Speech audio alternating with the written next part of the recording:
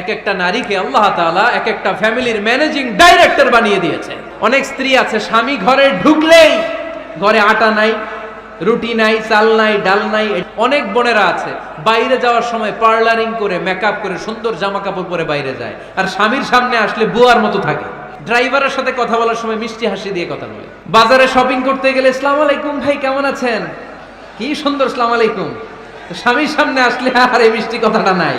কেউ ফোন দিয়েছে, হ্যালো কে, স্বামীকে চায়, উনি বাসায় নাই, কাট।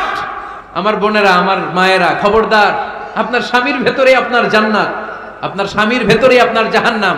Rose TV 24. Enjoy by listening to the Holy Quran.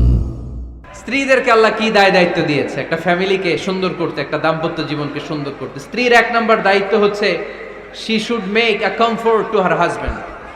স্ত্রীর উচিত স্বামীর জন্য ঘরটাকে প্রশান্তির নীড় বানিয়ে রাখা। কি বানিয়ে রাখা?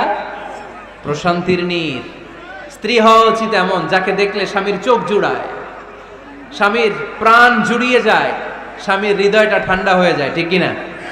আর স্ত্রীর দিকে তাকালে যদি মেজাজ গরম হয়ে যায়, মেজাজ খিটখিটে হয়ে যায়, ঝামেলা আছে না নাই? ঝামেলা আছে। এজন্য মেহেরবানি করে আমাদের বোনরা যারা এমন কোনো কাজ করবেন না যেটা স্বামীর মেজাজকে খিটখিটে করে দেয়, কারণ আল্লাহ তাআলা আপনাদেরকে তৈরি করেছে লিতাসকুনু ইলাইহা, স্বামী আপনার কাছে গেলেই যেন তার হৃদয়টা প্রশান্ত হয়ে যায়।